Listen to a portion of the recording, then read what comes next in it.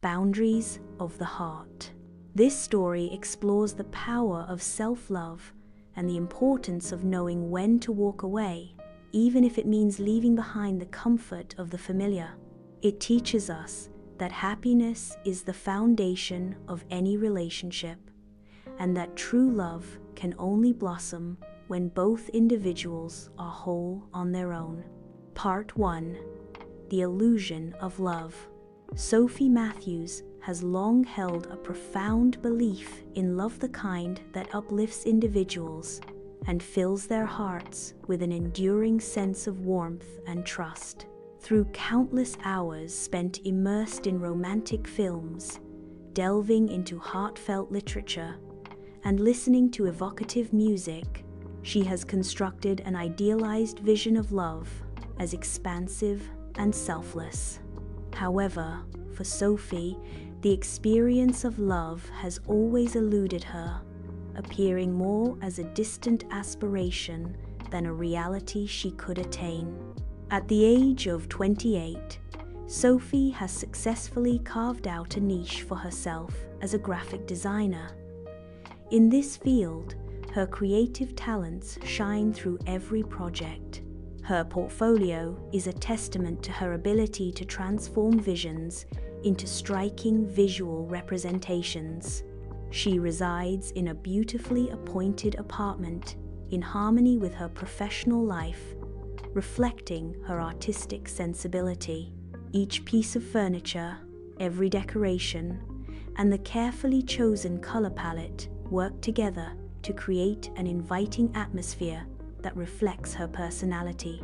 Alongside her thriving career, she is surrounded by a close-knit circle of friends who cherish and admire her spirited character. Known for her quick wit and unyielding honesty, Sophie has a remarkable knack for standing up for others, making her an invaluable ally. Her friends appreciate her candor, even when her straightforwardness sometimes leads to uncomfortable conversations. Despite the diligent care with which she has crafted her life marked by professional accomplishments, a stylish living space, and meaningful friendships, a persistent source of inner turmoil exists. Her tumultuous, on-again, off-again relationship with Jason. Jason is a magnetic figure, exuding charm when entering a room. His captivating smile is infectious, drawing people toward him and making them feel uniquely valued. Their first encounter at a mutual friends gathering was charged with undeniable chemistry as they engaged in animated conversations that flowed effortlessly. Laughter filled the air as they discovered shared interests. He seemed to embody all the traits she had ever sought in a partner: good looks, ambition, and a sense of humor that illuminated even the dullest conversations. Yet, as the relationship progressed, the initial enchantment began to wane. It was not marked by overt confrontations or grand romantic gestures. Instead, it was a slow, insidious decline characterized by a gradual erosion of trust. Subtle issues began to surface late. Night texts that felt evasive, seemingly innocuous remarks cut more profoundly than intended, and apologies that lacked genuine sincerity or remorse. Each incident accumulated, subtly undermining the foundation of their relationship, leaving Sophie to wonder about the authenticity of their connection. The greatest challenge Sophie faces is her willingness to dismiss these troubling signs. When Jason withdrew emotionally or uttered a hurtful comment, she rationalized it as an unavoidable phase or a simple misunderstanding. Yet, a growing awareness gnawed at her, signaling that there was a more profound issue at play.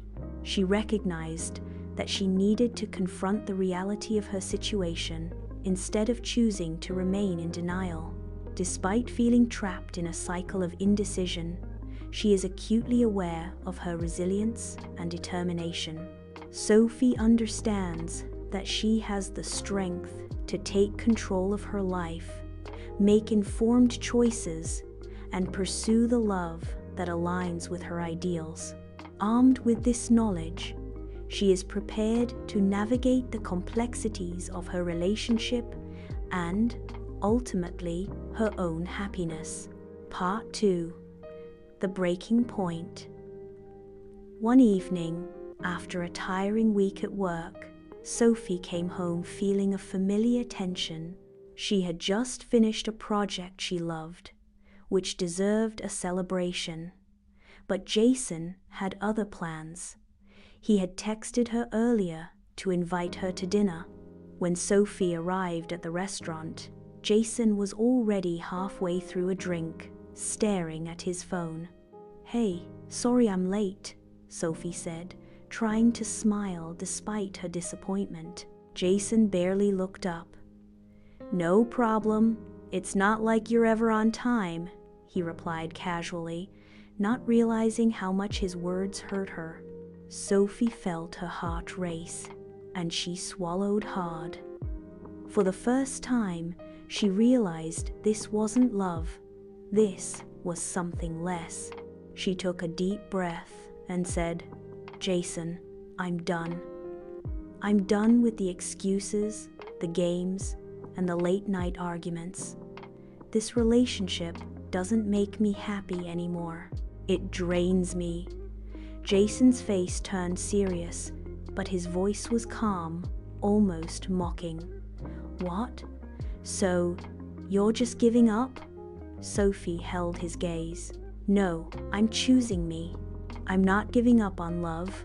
I'm giving up on this toxic cycle. I don't need someone who makes me feel small." Silence fell between them, but it felt different. For the first time in a long while, Sophie felt in control. She didn't need his approval or wait for him to change. She was focused on her boundaries and her self-worth. Jason stared at her, his expression hard to read. "You'll regret this." Sophie stood up, her voice steady. "No, Jason, I won't. This is the healthiest decision I've made in a long time." Part 3. Rediscovery of self. Sophie walked away from dinner, leaving Jason's voice behind her. She didn't feel sad or defeated, she felt strong. As she walked down the city streets, the cold air felt refreshing, and for the first time in a while, Sophie felt free to breathe deeply. Letting go of Jason was hard. It meant peeling away a part of her she thought she needed. But as time passed, Sophie rediscovered who she was beneath the weight of a toxic relationship. The adventurous woman who loved to travel, the artist who found joy in creating, and the woman who deserved a partner, not a convenience. Soon, Sophie met someone who respected her boundaries, was emotionally open, and truly wanted to know her heart. Most importantly, she learned to love herself first. She understood that real love wasn't about sacrificing her happiness for someone else.